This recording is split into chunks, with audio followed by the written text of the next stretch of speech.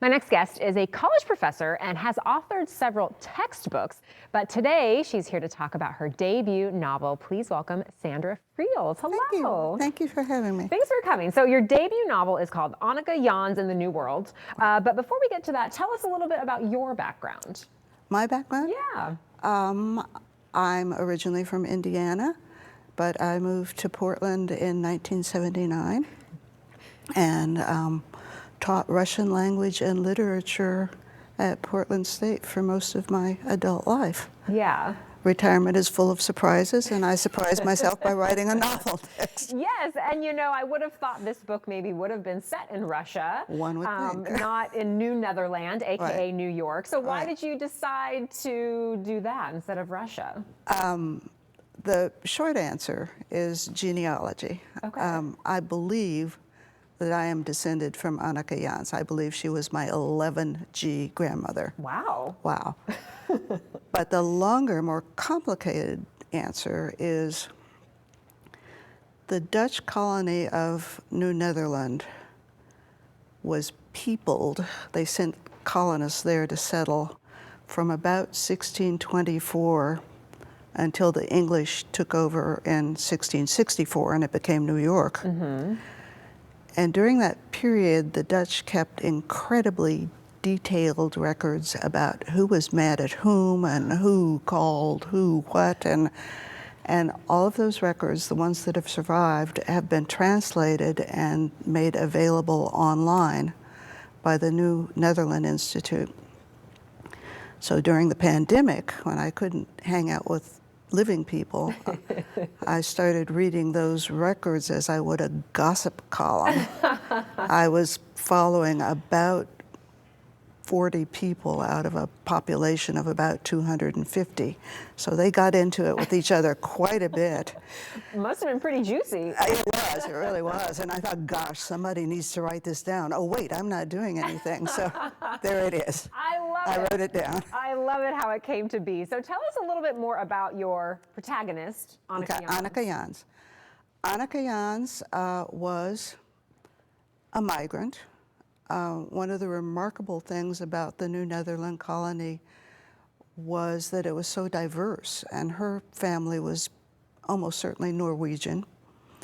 And she arrived with her husband and two very small children, ages 4 and 2, in 1630, so nearly 400 years ago. Wow. And they worked a farm where they had 2 more children, and then they moved back to the area that was called New Amsterdam there, which is today's Lower Manhattan. Mm-hmm. Worked for a few more years, had another child, and her husband died, and she remarried the minister of the Dutch Reformed Church, the one and only, the minister of Manhattan. Okay. And the other remarkable thing about New Netherland is not only that it was ethnically so diverse, it also practiced religious tolerance at a time when people were being killed for their religious beliefs in other parts of the world. The man she married was the only minister of the Dutch Reformed Church on Manhattan. Uh-huh. And they had 4 more children. Oh, wow. So part of my concern was, how could anyone have that many children? How, in an age of infant mortality, did you deal with losing 1 or more children, as every family did? How did you live in a world really on the very cusp of our world? It was just beginning to look like our world. How did you live where people held the beliefs that everyone's station in life was foreseen by a wrathful God? And how, as a migrant, did you deal with coming to a land where you didn't know the language, you didn't know the rules, and you just had to make everything up as you went along. Yeah. And that's what I was trying to convey. I hope I did. Yeah, well, it sounds really intriguing. I love historical fiction, so I'm definitely excited to read it. So tell us, you have an event tonight. I do. So tell us about that and how people can get in touch with you. I will be reading tonight at 7 p.m. at Annie Bloom's bookstore in Multnomah Village.